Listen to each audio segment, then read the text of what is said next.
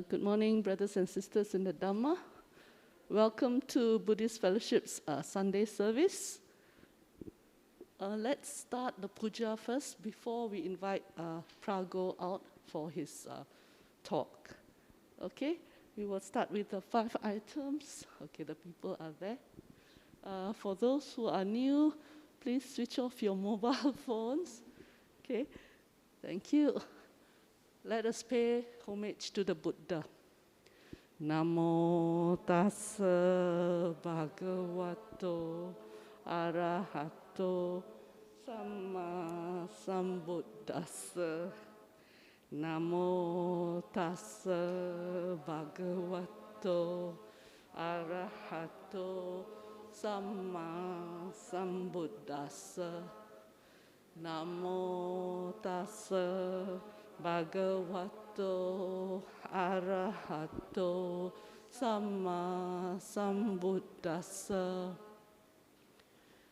Okay, please put your palms together and partake in the offerings to the Buddha. The offering of the 5 items allows us to express our gratitude to the Buddha and serves as a symbol to help us remember the teaching. Please join in and read the verses together.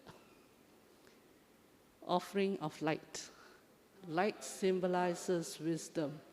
May the light of Dharma dispel the darkness of ignorance.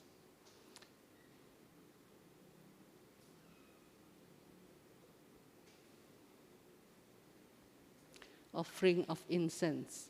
Incense symbolizes the fragrance of pure moral conduct. This reminds us to cultivate good conduct. Offering of water.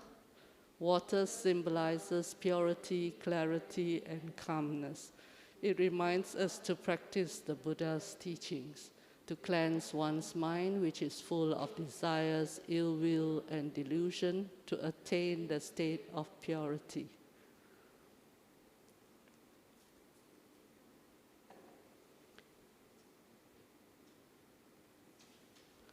Offering of fruits.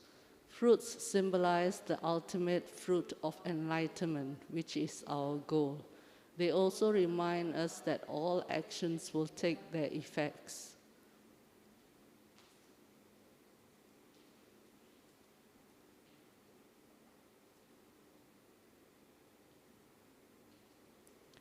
Offering of flowers.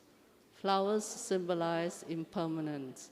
The freshness, fragrance, and beauty of flowers are impermanent. This reminds us that we should all live in the present. Remembering thus, we should reduce our craving and attachment.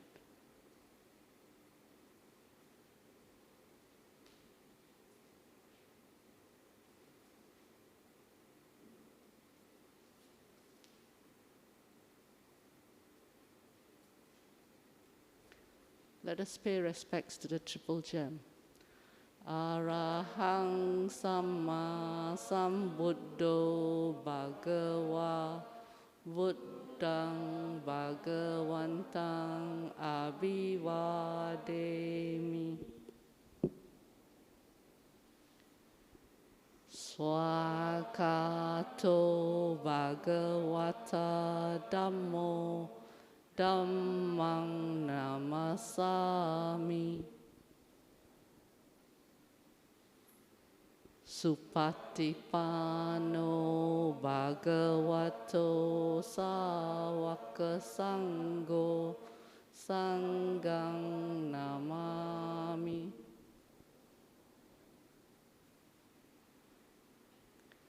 We chant the verses for taking the 3 refuges. Buddhang saranang gacchami, Dhammang saranang gacchami, Sanghang saranang gacchami, Dutiyampi Buddhang saranang gacchami, Dutiyampi Dhammang saranang gacchami, Dutiyampi Sanghang saranang gacchami, Tatiyampi Buddhang saranang gacchami, Tatiyampi dhammang saranang gacchami. Tatiyampi sanghang saranang gacchami. We chant these verses to observe the 5 precepts. Panatipata viramani sikkhapadang samadhiyami. Adinadana viramani sikkhapadang samadhiyami. Kamesu miccācara viramani sikkhapadang samadhiyami. Musavada viramani sikkhapadang samadhiyami. Surameraya majjapamadatthana viramani sikkhapadang samadhiyami. Recollection of the Buddha, let us recollect the sublime qualities of the Buddha. Itipiso bhagava arahang samma sambuddho vijjacharana sampanno sugato lokavidu anuttaro purisa dhammasarati satta deva manusanang Buddho Bhagavati. Recollection of the Dhamma, let us recollect the sublime qualities of the Dhamma. Swakato Bhagavata Dhammo Sanditiko Akaliko Ehipassiko Opanaiko Pachatang Veditabo Vinyuhiti. Recollection of the Sangha, let us recollect the sublime qualities of the Sangha. Supatipano Bhagavato Sāvaka Sangho Ujupatipano Bhagavato Sāvaka Sangho Nyaya Patipano Bhagavato Sāvaka Sangho Sami Chipatipano Bhagavato Sāvaka Sangho Yadidang Chattari Purisa Yugani Atta Purisa Pugala Esa Bhagavato Sāvaka Sangho Ahuneyo Pahuneyo Dakineyo Anjali Karaniyo Anuttarang Punyaketang Lokasati. Sadhu, sadhu, sadhu.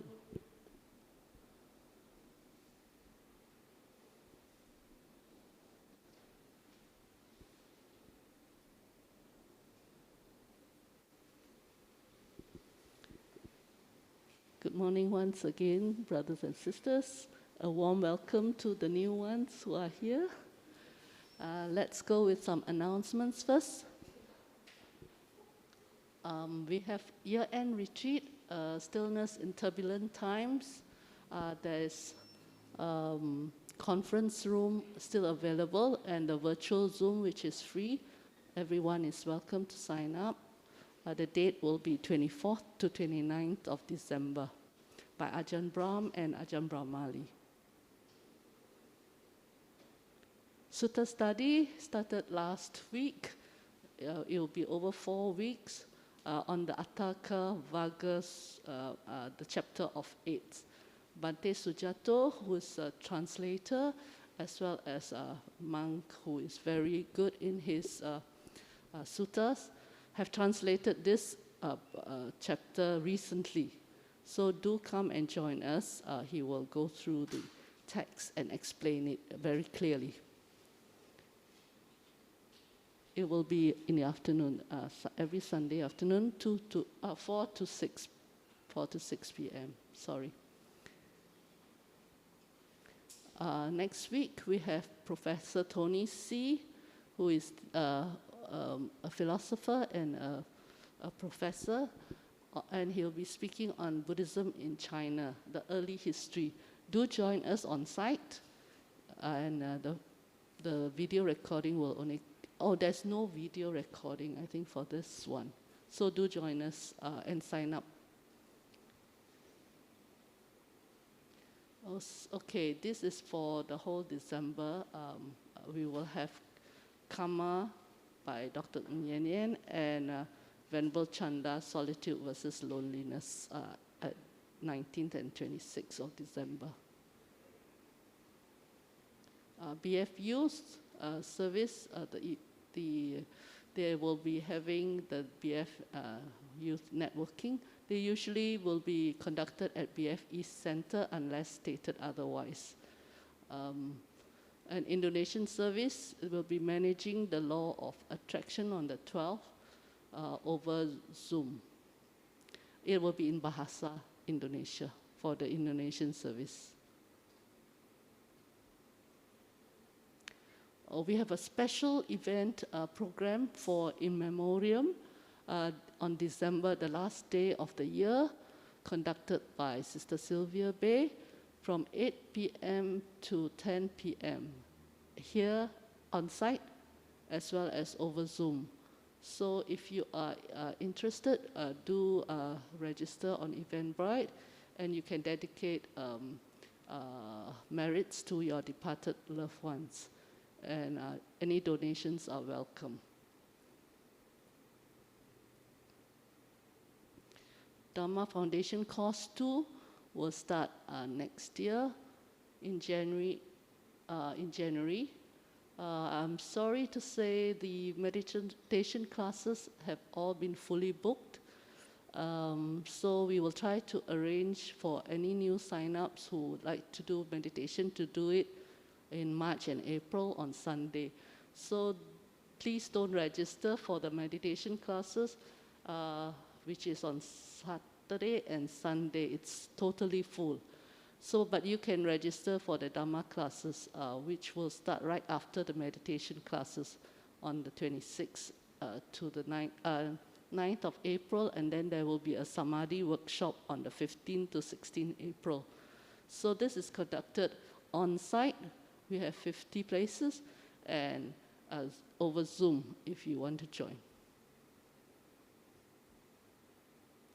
Our initiative on share your favorite sutta, any donations are welcome, though there is a suggested donation over there. Please ignore it. Even if you can't make a donation, it's fine. Just write in to info@buddhistfellowship.org and state your favorite sutta you'd like to be recorded and shared on YouTube and on our Facebook. We had already premiered several suttas inside there. And all donations will go to BF's new building fund. Help build our Dharma home. You have several ways to donate. If you would like to donate to our home, you can go to bfdharmahome.org to see all the various ways you can donate. There are bricks, you can donate pillars, cash, or sponsor a room, or a whole hall if you want to, okay? Okay, I will pass to Sis Hui Kim, who would like to read the bio of Phra Goh before we invite Phra Goh out.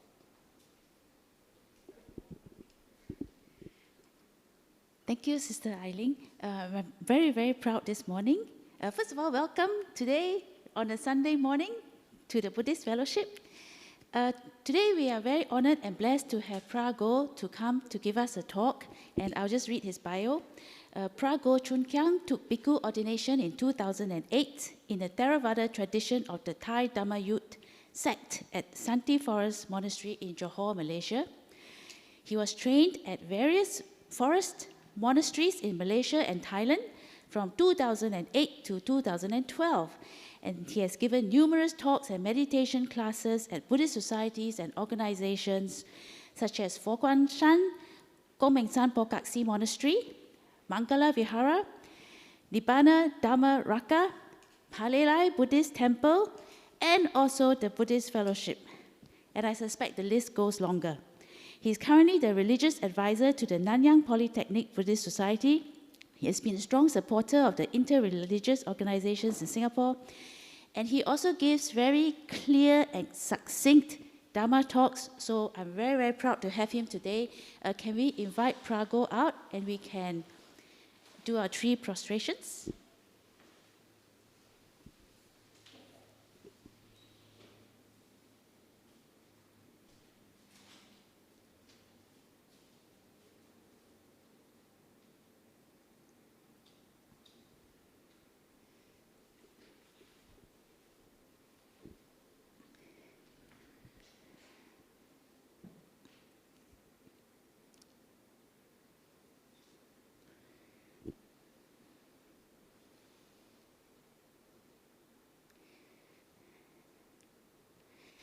Good morning, Bhante. We invite you to take a seat.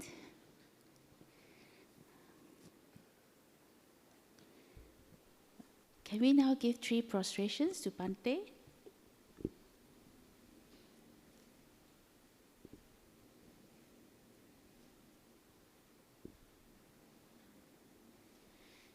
Good morning, Bhante. Very honored and blessed to have you. May I invite Bhante to give a Dharma talk? Thank you.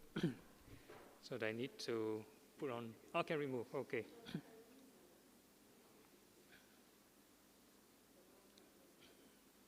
Okay, all right. Yeah, I think it's okay for me. Sorry, Sister Eileen, do you want to start with meditation? Oh, right. Okay. Bhante, can I invite you to start with meditation? Maybe Okay, about all 10 right. minutes? Okay, so good morning, everyone. I believe we can start to calm down the mind first with some short meditation. I was told 10 minutes. Okay, so 10 minutes, not torture. So relax and calm down yourself. Find a comfortable sitting position. Make sure your back is upright. Very important. If you're sitting on this cushion, one way is to first adjust your feet and make sure your base is stable. Don't force yourself in full lotus if you're not flexible. Right? You can sit normally, that's fine. And we can slowly move up to the back, the spinal cord. You can tilt maybe your spinal cord, lower spinal cord, maybe 1 or 2 degrees to the front. So this will help you to have a more stable center of gravity, so that you don't have to put in so much effort to keep your back upright. So once that is done, then we can move on to the shoulders. Make sure they're relaxed, they're not tensed up. So for your hands, make sure you don't put in a position where it strains your shoulder, and your neck is make sure they're straight, not tilting up or downwards. So all these are, we call it safety precautions, not to injure yourself and create all unnecessary pain and strain. Okay, once you find yourself comfortable, you can relax your whole body.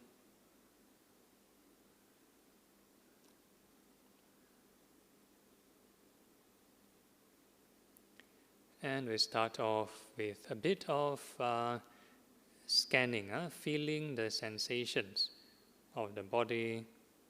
So we're going to feel all the sensations from head to toe. So what kind of sensations are we looking out for? So the sensations, we classify them as the 4 elements. earth, fire, wind, and water elements. So they are not magical concepts. Yeah? So the earth element represents hard and soft sensations. Fire element represents warm and cold sensations. Wind represents fast and slow movements. And water element, moist or dry. So basically, whatever sensation that appear, you just wish them well and happy. No need to deliberately generate the sensation. We are not controlling the elements. No need to control, no need to cling, no need to reject. So whatever sensation appear, we treat them as bypassers, passerby. And mentally, we just wish them well and happy. So as long as you detect a new sensation, wish them well and happy, new sensation, well and happy.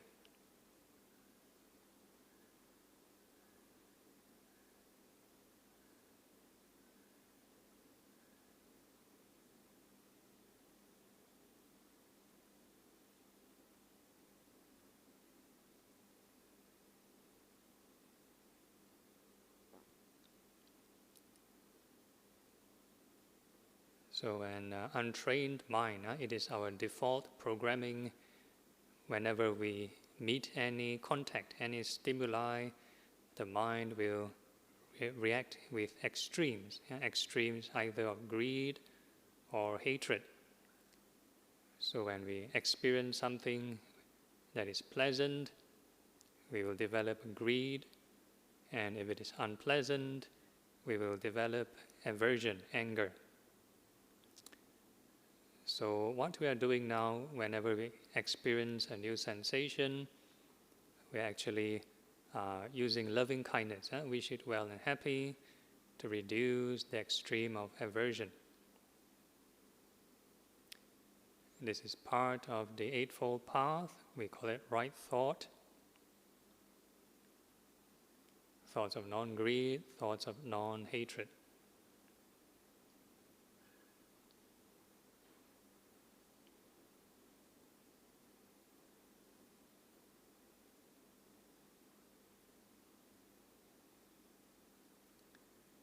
And once you are generally at peace with these sensations, then we can introduce the thought of impermanence. All these sensations, they arise and they pass away by themselves. So you just need to observe. So this is, we call it real-time evidence, real-time observation. There is no need to imagine or speculate. All these are happening all the time, real-time. You just observe, and we keep reflecting impermanence. So there are two factors. First factor is the observation, which is your evidence, and the second factor is your reflection. So in your reflection, you can use any kind of mantra, rising and passing, impermanence, change, birth and death, whichever label that suits you.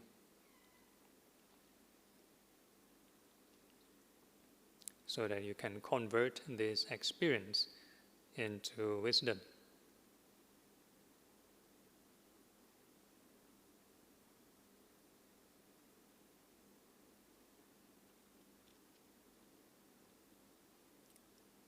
And this is also to keep your mind active.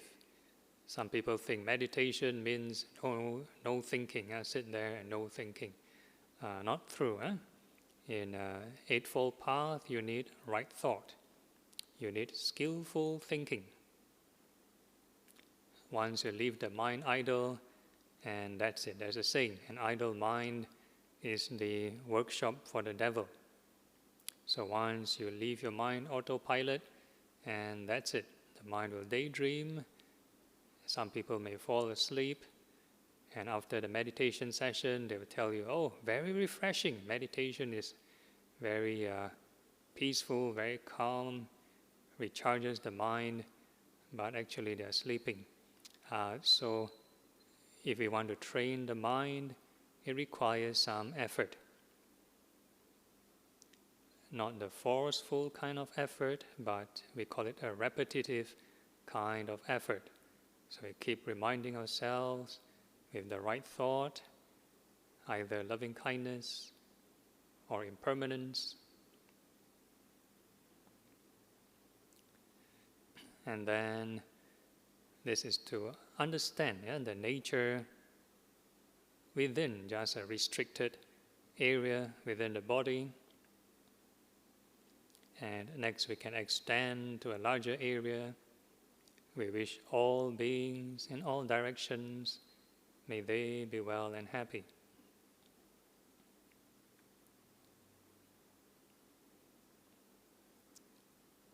So there's no need to push your attention, push your mind.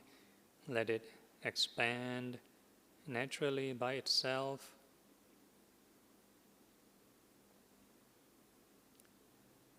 However far the mind wishes to extend, then that will be your universe. And we just do the same thing.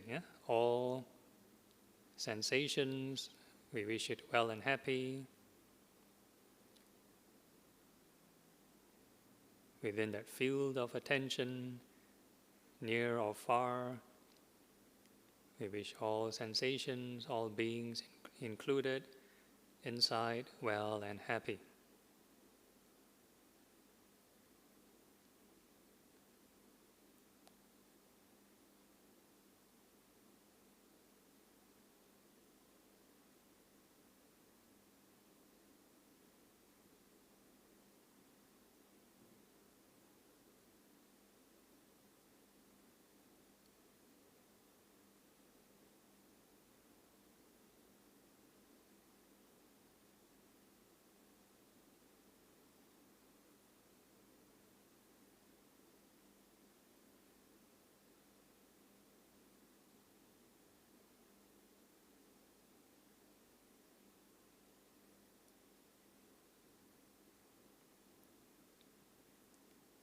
Okay, and then to understand, right? We need to familiarize this state of mind when it's calm.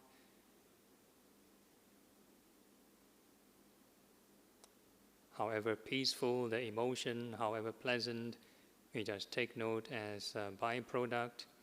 Keep being mindful of the right thoughts.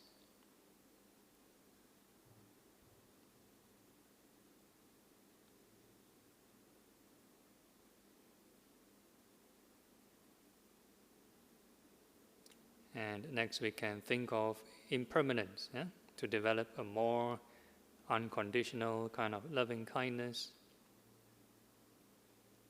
All sensations arise and pass away.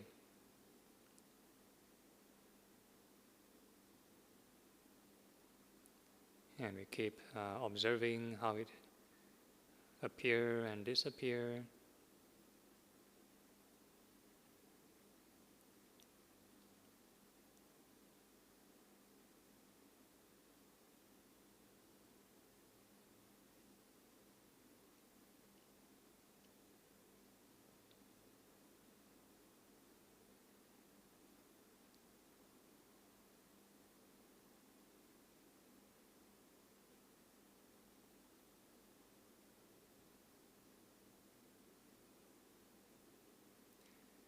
Okay, and before we conclude the session, this is a reminder from the Karaniya Metta Sutta, Discourse of Loving Kindness, that as long as we maintain this boundless loving kindness, be it standing, sitting, walking, or lying down, this will be the highest conduct, highest practice. And with that in mind, we can gently open our eyes. Formally, we end the meditation, but informally, we are still practicing right thought, loving kindness, right mindfulness.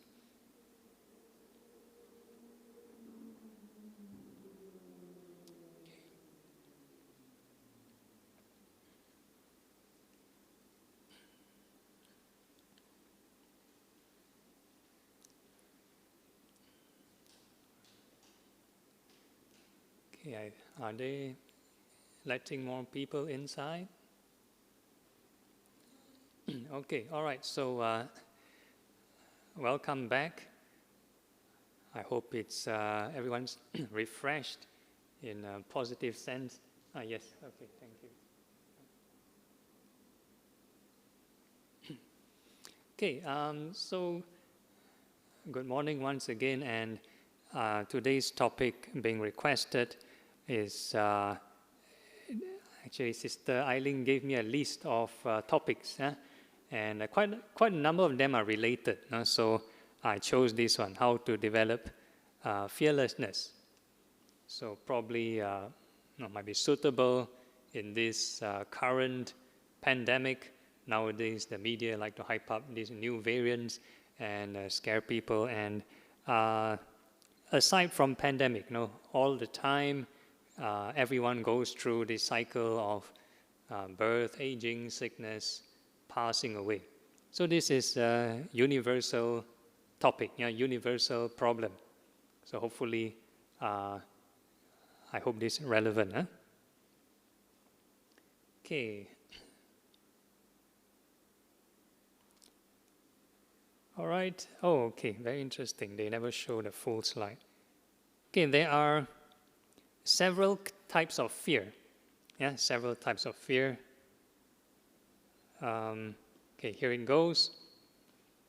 Okay, so the first one on the left, we have this moral fear or moral conscience. So this one is encouraged in Buddhism, encouraged, I think, in most religions. If you are afraid to do something wrong, that's a good thing. That's a good thing.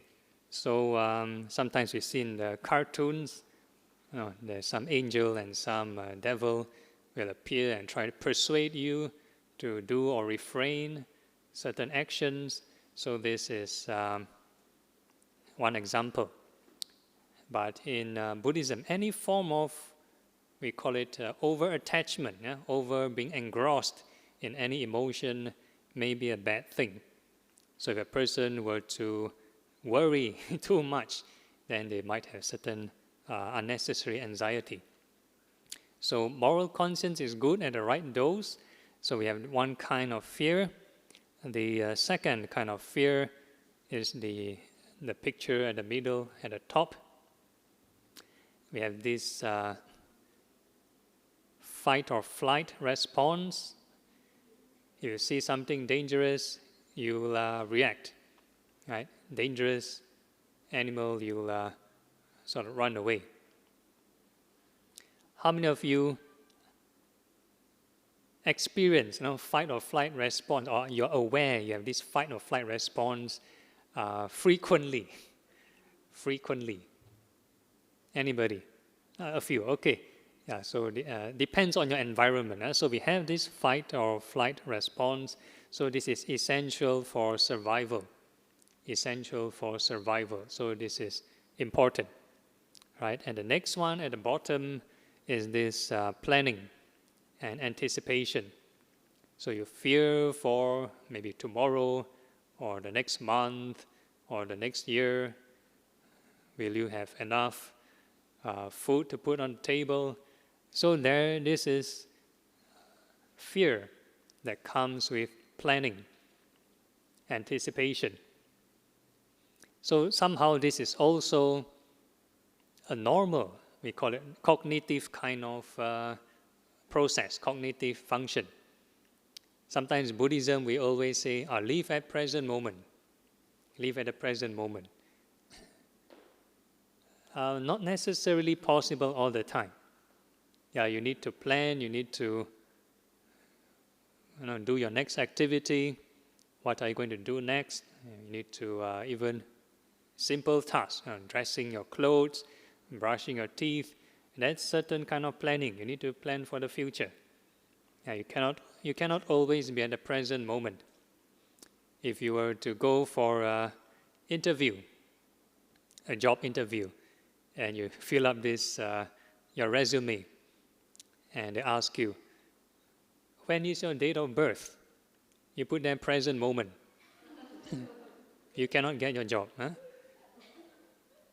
So this is important. You need to plan, right? But in Buddhism, what we are going to talk more is cutting off excessive worrying. Excessive worrying. So this comes to number 4. Worry and anxiety from result of negative actions. Negative actions. So earlier on you did chanting, right? Some chanting, taking the precepts, some ethical kind of guidelines.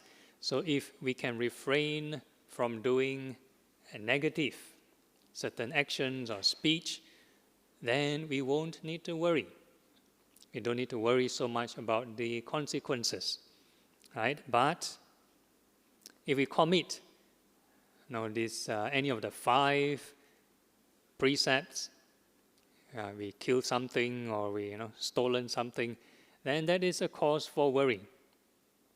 That's a cause for worry, right? So there is a part of prevention where we don't do it. And if we do have something, a certain baggage in our mind, then there are certain antidotes. So we'll talk about the solution later. So now it's more on the spiritual aspect, how to avoid. Okay. And I'm going to give some examples of circular fearlessness. So in this talk, I'm not promoting circular fearlessness, circular courage. I'm not encouraging you to be fearless when you jump off from a tall building or jump off a plane to do parachuting, skydiving. No, not that kind of fearlessness. So all these are, we call it mundane kind of fearlessness. Nothing wrong. Some people do it for the thrill. They do it for the thrill. Right? For Buddhism, we are talking more on detachment, letting go. Some people crave it. They want this experience. They want to go for skydiving over and over again. Very nice. And they enjoy this experience. Or extreme sports. They ride the motorbike up this very steep mountain, up and down. Very thrilling. Very exciting. They like it. They like the adrenaline. Right? And the middle picture, people who go to war, go to fight. I'm not promoting this movie, by the way, just example. So, people who go to the battlefield, some people like to fight. They enjoy, also have certain adrenaline. Or some people do it out of anger, maybe out of revenge. So they have different kind of other emotions to replace the fear. Right? And these emotions may not be spiritual in nature. Very mundane kind of emotions. And we have the last kind, the picture. Some people talk about fearful for dangerous creatures. If you are an expert, maybe an animal whisperer, lion whisperer, wolf whisperer, you can cuddle them, no fear, no problem.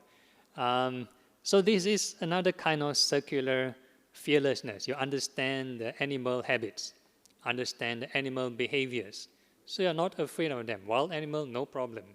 You understand them. But what is the Buddhist take on this kind of fearlessness? Are we supposed to risk ourselves to try this out to prove that you've achieved fearlessness? By the way, just a show of hands, how many of you ever tried any of these extreme sports? Skydiving, whatever. Oh, one, okay. We have a few, all right. So you've achieved certain level of fearlessness already. So it's easier to proceed. Okay, so I'm going to move on. Okay, however, in our scripture, the Buddha discouraged people from pursuing dangerous activities. This is for our safety. We've got long-term planning. So certain kind of fear is a good kind of fear. This is positive kind of fear. So the first point is avoid wild animals. If let's say you're practicing in the forest, meditating in a cave, avoid wild animals. Don't take your risk. Some people, after hearing stories from the Buddha can stop this wild drunkard elephant from charging at him. And the elephant charged at him and is able to send his loving kindness, and the elephant kneel down and stop charging at him. So some Buddhists want to try out. And you might get into trouble. So better, no, that's only for the Buddha to do it. For the Buddha to do it. For the rest of his disciples, he encouraged them to avoid. He encouraged them to avoid, so that you can live longer and practice for another day.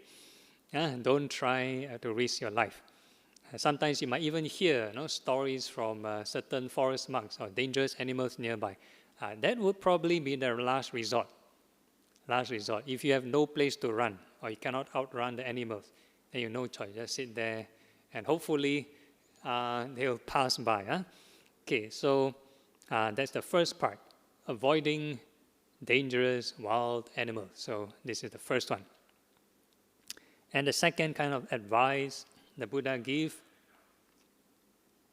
is to avoid dangerous environments. Dangerous environments. Not to sit on the edge of a cliff, not to sit on these dangerous areas, chasm, a cesspool, sewers, and get yourself drowned or whatever. So protect yourself, very important.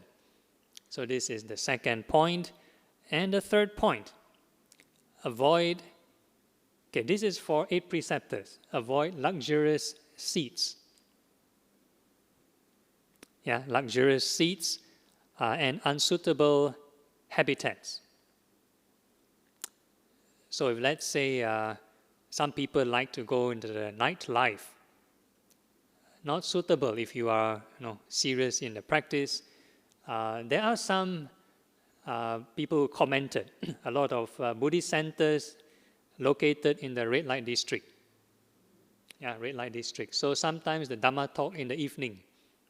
So people go attend the Dharma talk at night, they come out, then people think, hey, what are you doing in the red light district? Or sometimes they go home and the family members ask them, where did you go at night? So I go to Geylang. And they very create lots of suspicion. So avoid unsuitable areas if possible. So this is the third point. And number 4, avoid unwholesome companions. Avoid unwholesome companions. So this is very important. If you like to associate with gamblers and maybe drunkards or whatever, then the only subject they talk is those topics, either gambling or drinking, and it will not help you in your spiritual practice. So this is a kind of good spiritual kind of fear, moral fear, to avoid this kind of people. So this is important. So like in Buddhist Fellowship, now you have spiritual friends, spiritual company. So this is encouraged. People who talk about wholesome things, doing charity, volunteer work, anything positive, these are good companions. So any companions that like to talk about unwholesome things, please avoid them. And like a dangerous road, avoid them from afar. So this can be found in this Sabbasava Sutta, Majjhima Nikaya number 2. So I won't want to go into detail all the stuff. So this is another kind of fear which is encouraged. Okay, so now we talk about the spiritual kind of fear which people will regret. Now, people will have this anxiety and regret. So these are the 4 kinds of persons. Okay, so when a person who meets a crisis, meet a near accident, a near death incident, maybe at a deathbed, serious illness, any kind of crisis, as long as they have not overcome greed, hatred, and delusion, right? Naturally, there will be certain kinds of fear. So there are 4 kinds being mentioned. Okay, so the first one is if a person unable to let go of their sensual pleasures. Oh, I still cannot let go of my, this maybe favorite entertainment, favorite whatever. Unable to let go, unable to leave the world. So this is the first kind of fear or worry. So these are the people who maybe haven't had exposure to spiritual beliefs. Okay, and number 2, very similar. If they don't think of anything, they can entertain themselves, then the most prized possession will be their body. Body comes with us from birth, and that's the last thing we'll depart with, our body. So very treasured. We spend lots of time taking care of the body, feeding the body, beautifying the body. So the body is a very heavy investment, long-term investment, very lots of attachment to the body. So if a person were to meet this death or at the deathbed, this will be a cause for worry, cause for fear. You'll be thinking of your body. So this is the second point. And the third point, okay, so this is for people who are more morally conscious. They'll think of, they have not done enough good to this world. They have not done enough good to the world. So this is the next point of worry. And the last kind of fear is for people who are into the Dharma, into spiritual beliefs or philosophy. They still have certain doubt, have not answered. What have I lived this life for? Have not answered, have not found the answer. So they live, they're going to live their life with this regret, not knowing the answer. Right, so this is the 4 kinds of fear. So if we do a sort of scenario, sort of experimental kind of scenario, imagine if you are at your deathbed now. Which of the 4 will come to your mind?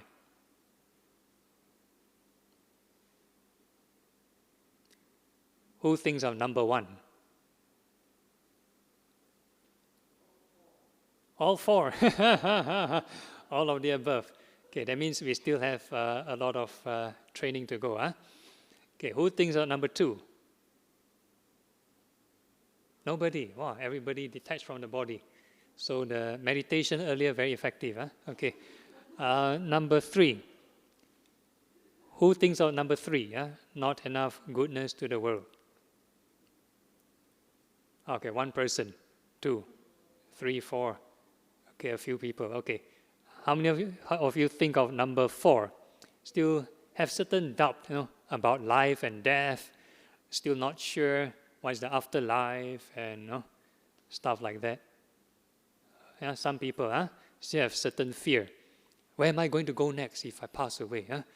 So you have certain fear, right? So very natural. So most people will have this, right? As long as we have not overcome greed, hatred, and delusion, so this will definitely pop up in our mind. So it's very natural. So what we are doing is to achieve this. So these are the ideal state. If a person is free from greed and hatred,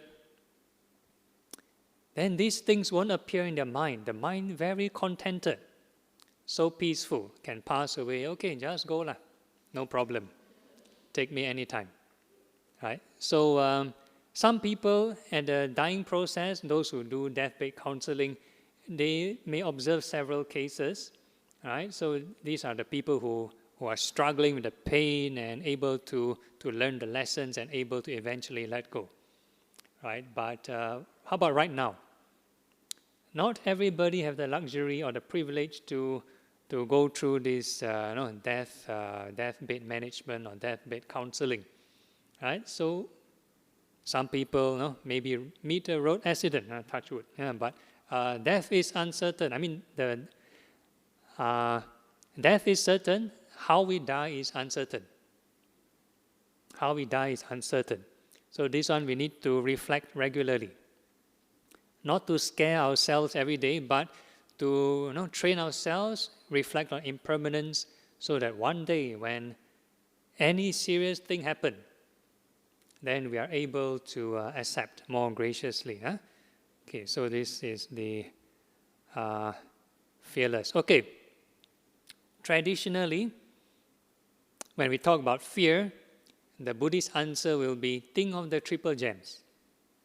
Think of the triple gems. So we always chant this in this morning and evening chanting because of this particular story, this particular incident in this Dajaga Sutta. The Buddha gave an example of this certain deities having war in heaven, and if the soldiers start to have fear, the commanders will tell them, think of their flag banner, then no fear will arise in you. Then they continue fighting. Okay. Then if the fear still arises again, think of another legion's banner, somebody higher in the chain of command, and they continue fighting. And if fear still arises, think of someone higher, and they still continue fighting. Right? So that is not a long-term solution. Not a long-term solution, because as long as there's still greed or hatred, right, then fear will naturally come as a result, fear of our life. But interestingly, the Buddha mentioned if a person were to recollect the triple gem, Buddha, Dharma, and Sangha, if let's say we're practicing alone in the forest, or let's say any incident that sort of arise, that causes our fear to arise, then we need to think of the triple gem. And interestingly, they mention no fear, no terror will arise. So a lot of people think that, okay, I chant or I think of the triple gem, then no fear will arise. Then they go and watch scary movie. Then they chant, hey, I still feel frightened. So they say, this doesn't work, the teaching not real. Doesn't work at all. So sometimes it has to do with interpretation of the teaching. So when a person talks about no fear arise, that means a person eventually will overcome or transcend the emotion of fear. So like earlier, the example, there is still certain kind of fear, like moral fear, that is a good kind of fear from anticipation or fight or flight instinct. Certain, we call it reflex kind of fear, do happen in our daily life, but we do not get engrossed. We do not get overly attached and pulled around by them. Right? So this mode of practice, thinking of the triple gem, you need to cultivate over time, and eventually the mind will create certain, we call it resistance. The mind has certain contentment. The mind will be like Teflon, non-stick. So these fearful emotions won't stick to our mind. So need some practice. It's not overnight kind of chanting. Okay, so I'm going to give an example. Imagine a person becomes a saint, a Buddhist saint. So the Buddhists, in Buddhism, we have these 4 levels of sainthood, from stream winner, to this once returner, to a non-returner, and eventually an arahant. So there are 4 levels of sainthood. So for most Buddhists, for a lay person, many of them will want to aspire to be a stream winner, for example. How many of you aspire, let's say, to be a arahant, fully enlightened being? Anybody? Nobody? Wow, okay. How many of you aspire to be, let's say, a non-returner? Also nobody, okay. One person. Okay, how many of you aspire to be once returner? Come, that means reborn in this world one more time. Also nobody. Wow, okay. More people, okay, slightly more people. Okay, how many of you aspire to be reborn as a stream enterer? That means maximum reborn 7 lifetimes. Also nobody. Okay, a few people. Yeah. Okay, so these 4 levels of sainthood is a bit like the KPI in Buddhism. You need to have certain targets to achieve. So the ultimate sort of goal in Buddhism is to free yourself from greed and anger. If you don't want to attach to the labels, never mind. It doesn't matter, arahant, no arahant, whatever. Okay, so not to worry too much. Okay.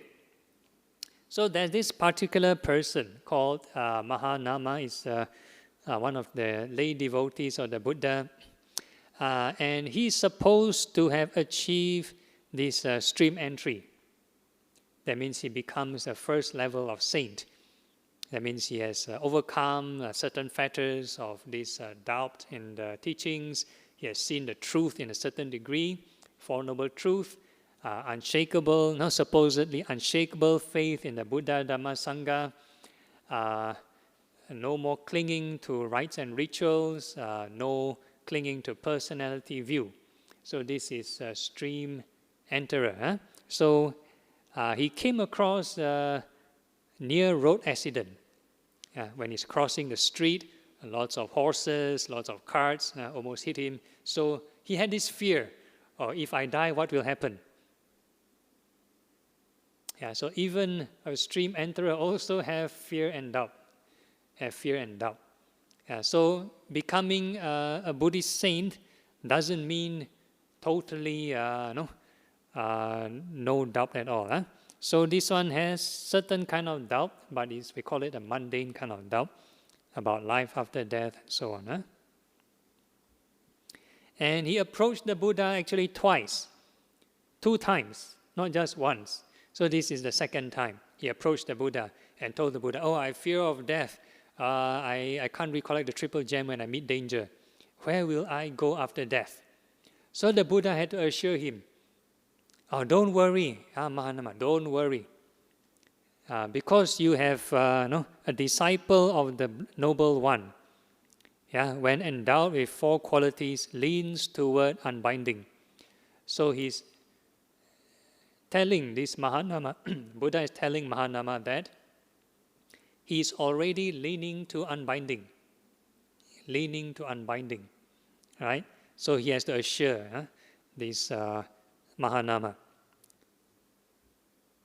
Okay, so these are the 4 things which a person is supposed to have if you want to be a stream enterer. For the few who raise up the hand, first is we call it unshakable faith in the Buddha, the Dhamma, the Sangha, and has virtue. That means your precepts, which is quite pure to a certain extent, leading to concentration.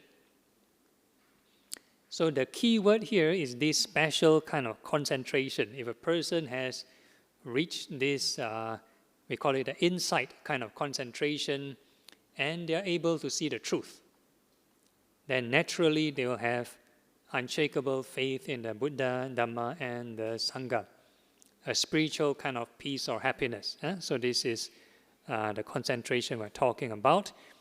And the Buddha had to assure this Mahanama that if you were to cut a slanted tree, he gave an example, where will the tree fall?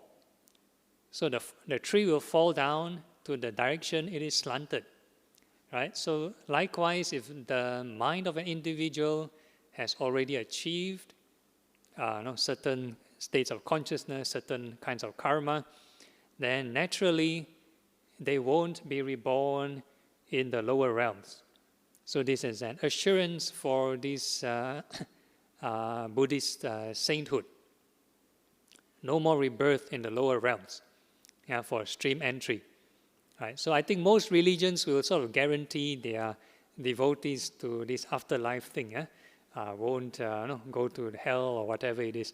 So Buddhism also same. You need to at least do certain good deeds, observe your precepts well, don't create the necessary conditions to go to the lower realm. Very important.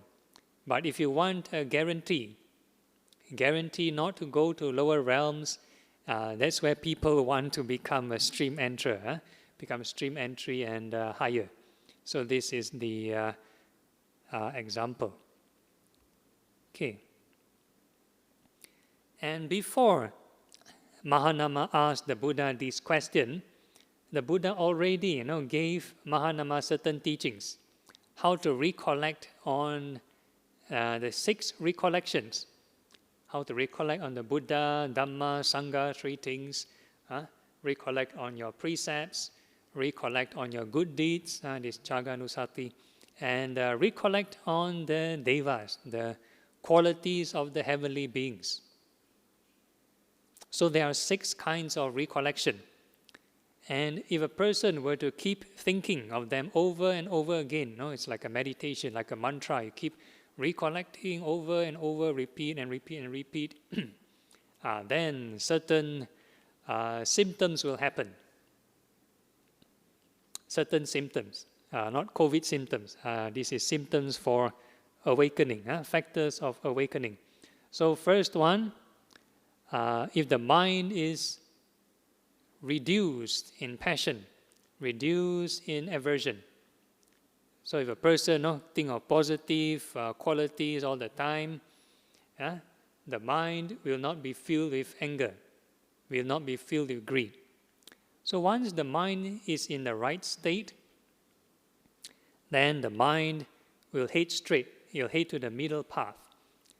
Right? So extremes will be greed and hatred, 2 extremes. So if a person avoids these 2 extremes, then the person will head to the middle path. And certain thing will happen. If a person experiences or goes through the middle path, they will experience the Dhamma. They experience what is this inner joy, inner peace, spiritual joy. We have sensual joy. If you watch entertainment, eat your favorite food, go for your holiday, these are sensual joy, sensual happiness. But this happiness will arise devoid from sensual pleasure. Not doing your favorite thing also can make you happy. So this is a spiritual kind of happiness. So they gain a sense of the Dhamma, and this joy will arise. How many of you find joy in meditation earlier? Nobody. Okay, so you need to work harder. So 10 minutes not enough. We need to do longer later. By right, we need to practice right thought, right mindfulness every moment. So not just 10 minutes. When listening to my talk, also need to try contemplation. Keep contemplating so that I won't find myself a failure. Okay, then next one. After joy arises, naturally, these hormones will settle down. So the mind will grow calm, and eventually, the mind will develop this concentration. So this is the concentration we are talking about. Very different from the jhanic kind of concentration. In jhanas, one is to attain jhanas first before experiencing joy. This one is the reverse. The insight process requires joy from Dhamma first before the mind calms down and experience this a special kind of concentration. So this is a wisdom kind of peace. So once you have this, then it's closer. A person gain a sense of what is the path towards this, the end goal in Buddhism, which is nibbana, cessation. Normally we require formation, require desire, require these mental fabrications to extend out to our sensual activities to be happy. So this one is the reverse. You need to look inward. Instead of looking outward, look inward, detach, let go, the mind settle, come down. Then you have another kind of peace, another kind of happiness. So this is the happiness we are talking about. So this is the path. And when to practice. So this is not what I say, what the Buddha say.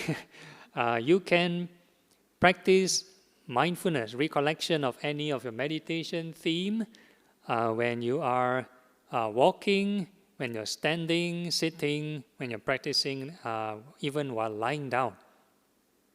As long as you're awake, you can do so. Yeah? So don't take this as an excuse to say you have insomnia. Then you practice, then you develop insomnia, then you blame on Bhante. Yeah? Say, Phra Goh teach me to meditate while lying down. Then I cannot sleep really. No, so as long as you're awake, you can recollect this meditation. So generosity is one of them. Thinking of your good deeds, what have you done?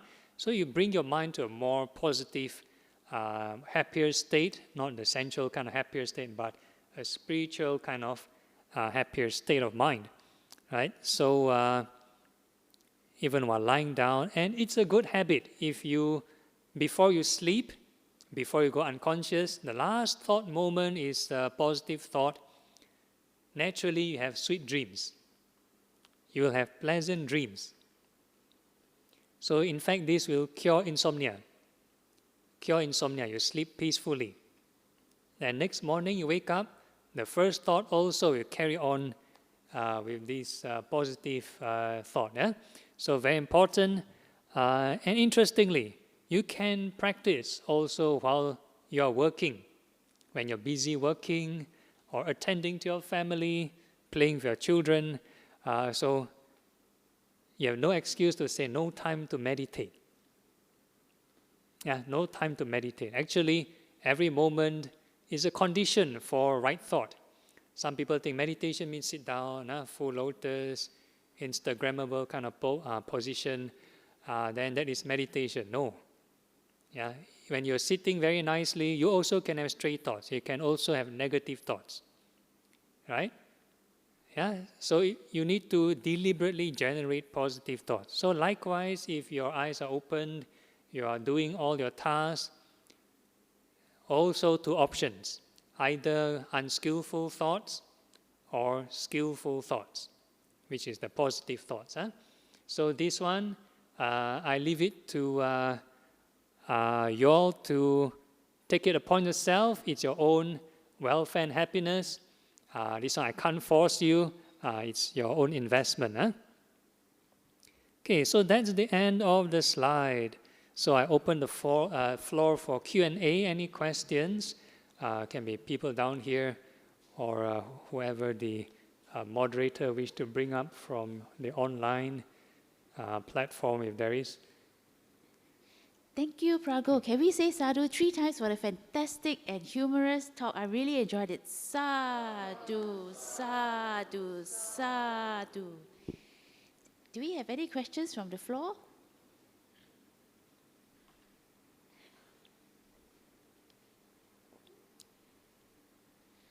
Okay, Phra Goh, actually, we actually have one from someone online. She says, sorry. Okay, she says, Bhante, we did many stupid things in the past. How to be ready with whatever may comes in the future, as every actions have effects. So I think maybe this person is worried about the karma that is coming. Okay, yeah, very good point. So we are not perfect, no? So we've done certain negative things in the past. Yeah, we are not born saints or born angels. So we have certain greed or hatred that we commit in our past, certain actions that we may regret. So the important point is not to get overwhelmed by this remorse or guilt. It's good that you reflect, okay, yeah, you've done something wrong. So that initial thought is a good thought. But subsequent thought, you dwell over and over again, I regret doing this, I regret doing this, then becomes depression. Yeah, so that becomes unhealthy. Right? So we have these meditation objects. You can think of any of the 6 that I mentioned earlier. If let's say if there's a live recording earlier on the meditation, you can do that also. Any meditation, you can just divert from the instead of worrying, you bring to that meditation theme to something positive. That will do. The more direct approach, if let's say you have offended somebody, just find the right time to go and apologize, seek amendments. So we call this seeking forgiveness. And for whatever reasons, if you cannot meet that person, maybe the person has maybe passed away, then you can seek forgiveness from the triple gems, and also dedicate merits to the person. So that also helps. Yeah? Thank you, Bante. I've got a question actually. Because the Theravada monks at the Sangha are renowned for their bravery to go to caves and forests, and it's dark and it's they're full of ghosts. Okay. and I've heard that that they do this sometimes is to try and conquer their own fears. And if you go to a cemetery, for instance, to face your own fears, and apparently I've heard that the mind can get samadhi very quickly because you want to sort of escape the fears. So actually, I'm very inspired by that story. Can you comment, please? Would that be a good way to confront my fears? Yeah, that would be certain extreme measures, certain extreme. Based on certain extreme conditions, then certain people may want to do this. For example, like the Buddha, at the last moment, at the eve of enlightenment, then he resorted himself to not leaving the seat under the Bodhi tree. You have to make a certain vow, if that is like the last resort, if there are no other options. Right? So there are certain extremes that people may tend to pursue. I'm not saying all of them will be successful or not successful. It's a case-by-case basis. But generally, if our mind is not conditioned, not prepared, not well-trained enough, I wouldn't encourage people to try this X-factor kind of scenario. Yeah, any secular person can just join, let's say, X-factor competition, and also face their fears. Right? Yeah. So they may not overcome or create this passion. Yeah. Yeah, that's true. Thank you, Bante. Yeah, okay. That's true. Then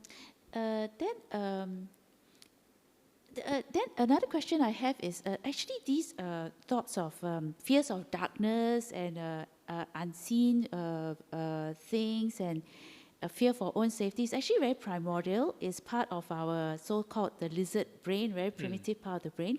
Is it possible to get rid of it because it's part of the inbuilt evolution for our own safety? Like mentioned earlier, it's part of the reflex action. So I don't think we can sort of get rid of it. But the mind, if let's say, if a person is engrossed with a positive kind of samadhi, let's say they are always inclined to equanimity, for example. There are instances like, let's say we are too deep into meditation, then we come out of meditation, then we are still aware of that emotion, we are still mindful of that mood. Then suddenly there's a heavy thunderstorm, this lightning strike, a large sound, then not frightened, not scared. Now, if a person is, let's say, engrossed in that extent, and maybe, yeah. But if the mind is in a normal state of consciousness, we said a desire realm kind of consciousness in our normal kind of sensual sphere activity, I think it's all right to react, but we need to remind ourselves to bring back and to this Eightfold Path, right thought all the time. Yeah. Thank you, Bante. Okay. So I suppose, like in a way, the fear is actually could be one of the stepping stones towards depression. So it would be good if all of us try and conquer our fears. And I think that I totally agree with you that one of the best ways, the best ways would be through samadhi, mindfulness, and meditation. Yeah, thank you so much. Anybody else has a question for Bante? Oh, great. A question.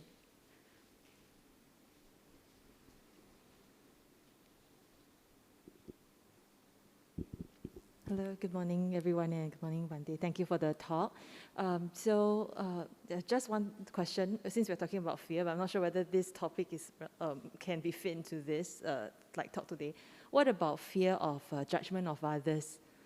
Yeah, you're talking about like moral fear, conscience kind of thing, but it's not like oneself is doing something bad and then we fear about others saying, oh, this person is a bad person, but rather it's more of some acts we do normally and things like that. We just fear how would others see us. It's also a fear, right? Okay. Like I mentioned, any excessive overthinking, then that is bad. So there is a certain judgment which is somehow mentioned in the scripture, which is encouraged, which is, we call it has to be praised by the wise. Any action that we do, if it's praised by the wise, then we go ahead and do it. If it's blamed by the wise, then we need to rethink, is it the correct course of action? So it's a good kind of troubleshooting mechanism, but if we keep on overdoing it, we keep on worrying over and over again, and we do not have the means to execute out, then it kind of like build up the pressure and it's unhealthy. Yeah, so I think in this modern day and age, we have this lot of problem, especially social media. People want to judge you on whatever you do, whatever you post, or invite comments and lots of judgment. So that is, again, if the mind is not ready, if the person has not enough wisdom, not enough stillness, then very easily shaken by this praise and blame. In Buddhism, we say these are the 8 winds: praise, blame, fame, defame, pleasure, pain. What's the last 2? Anybody know? Gain and loss. Yeah, gain and loss. Yeah, so all these are the 8 winds will definitely affect us. The Buddha mentioned that even he's not free from the 8 winds, as long as he's still living in the world.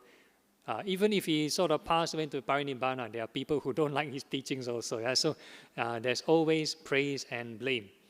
But how to protect your mind from praise and blame? You need to invest. Keep on recollecting the goodness, recollecting a kind of meditation theme over and over again, positive thoughts all the time. Yeah, so it's a kind of training. Yeah. So thank you, Bante. So in a way, it's good to be optimistic and not think about bad things will happen to us in the future. That could be one way. Yeah, one way. So it actually has, it needs quite a lot of mental training, isn't it? If we are born to be, say, pessimistic and always fearing the worst outcome. Pessimistic can be done rightly as well. Pessimistic, like in Buddhism, we talk about there's suffering, there's dukkha, and things are changing. One day we experience death or illness. So this one needs a certain right frame of mind to accept this kind of reflection. If the mind is not in a wholesome mood, if let's say, for example, like earlier on in the meditation, we do not have loving kindness first, we straightway jump to impermanence. Some people straightway think, one day I'll grow old, one day I'll get sick, one day I'll die. Then become very pessimistic, become very depressing. Then they worry, if I grow old, then I must see maybe this beauty specialist to fix my problem, or see my hair specialist to fix the problem, see this, get an insurance. Yeah, so this is all the kinds of worry if the mind is still at the very mundane frequency, and this consciousness still very low. So in Buddhism, we talk about lifting up the mind to a more wholesome state. So if, let's say, we maybe practice samadhi, or those who don't know how to enter samadhi, you practice loving kindness first, make the mind more embracing. Then we think of birth, aging, sickness that are easier to accept. One day I will be like this, easier to embrace. Then you won't get so depressed. So there must be a balance. So optimism is good. You must have some reflection on the truth also to balance up. Yeah. Thank you, Bhante. I also have the same problem as this sister. We always think about, how others see us, how others judge us, and I'm not good enough. So I think it's a big thing in society today as well. So I think those tips are very important. Thank you so much. Are there any other questions from the floor? Oh, one question here. Thank you, Bhante, for the wonderful talk.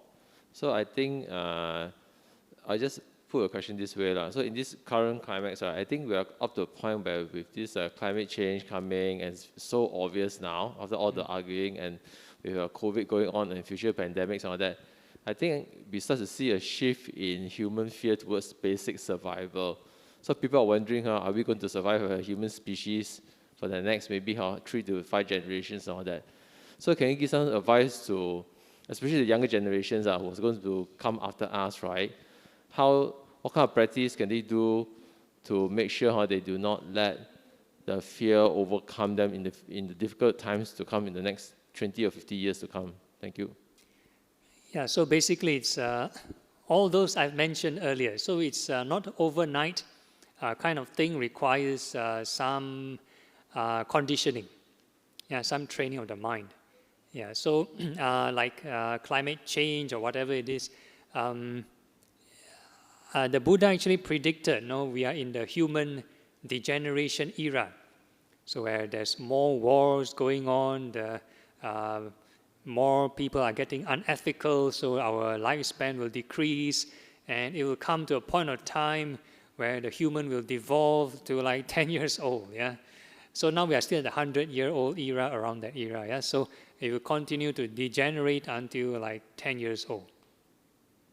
That's like the maximum average lifespan, and with all the, maybe more scientists are become more unethical, they add lots of unnecessary chemicals into our food or whatever products, and eventually this will happen. The Buddha predicted this. So at the meantime, we just carry on, protect ourselves, keep our precepts well, keep our mind healthy, have positive thoughts all the time. Okay. Thank you, Bhante. We have one question from online.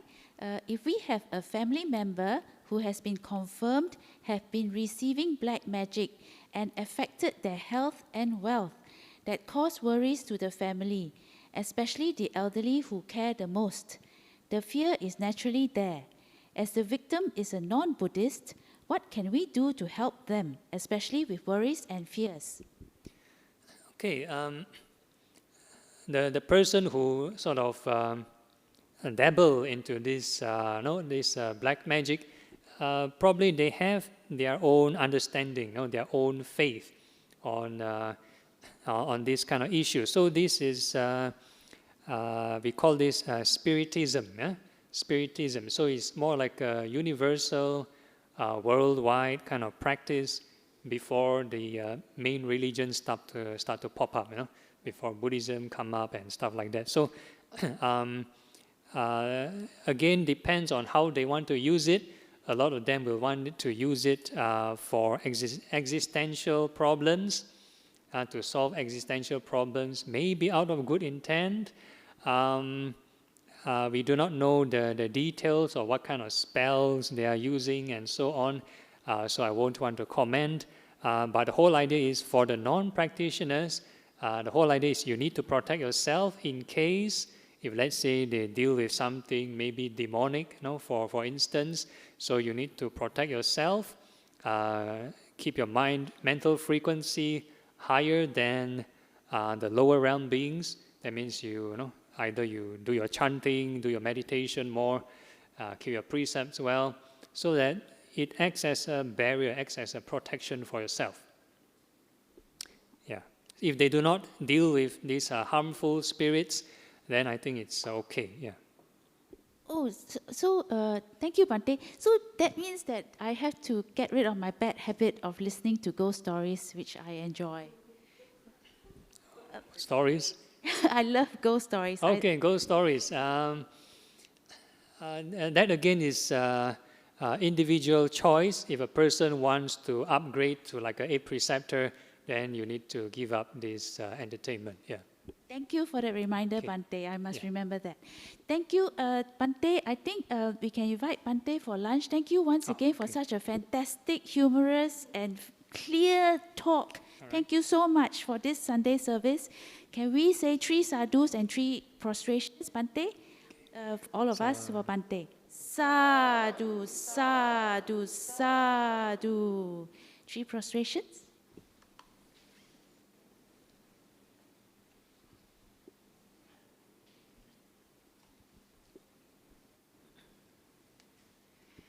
Okay, move table. Can we invite Bante to have your lunch in the dining area? Thank you.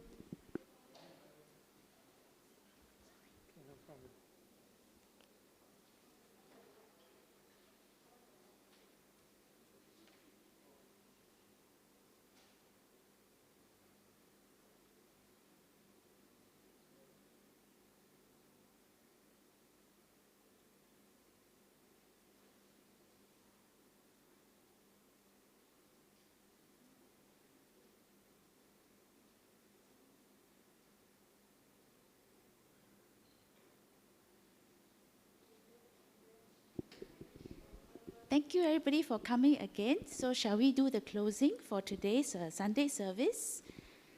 Okay, dedication of merits. In Anjali position, let us invite all sentient beings to participate in our acquired merits.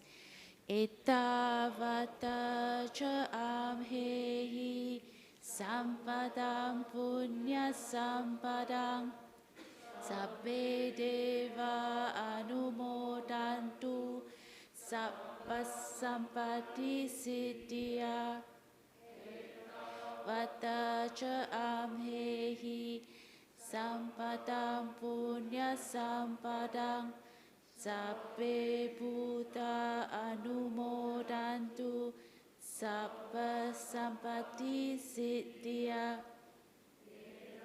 vata cha amhehi sampadam punya sampadam sabbe satta anumodantu sabba sampati siddhya. Dedication of merits. Let us dedicate the merits of participating in a wholesome Dharma activity to our departed relatives and friends. Idam me nyatinam hotu sukita hontu nyatayo. Idam me nyatinam hotu sukita hontu nyatayo. Idam me nyatinam hotu sukita hontu nyatayo. End of service dedication. I dedicate the merits which I have accumulated to the cultivation of my mind in order to bring happiness and benefits to all sentient beings. I dedicate the merits to my parents, children, spouse, relatives, friends, colleagues, and adversaries, wishing them long life, good health, happiness, and prosperity. May we never part from the Triple Gem, and may we always walk the path towards enlightenment. Closing homage, let us pay respects to the Triple Gem. Arahang Samma Sambuddho Bhagava Buddha Budang Bhagavantang Abhivademi. Swakato Bhagavata Dhammo Dhammang Namasami. Supatipanno Bhagavato Sāvaka Sangho Sanghang Namami. Sadhu, sadhu, sadhu. Thank you everybody for coming.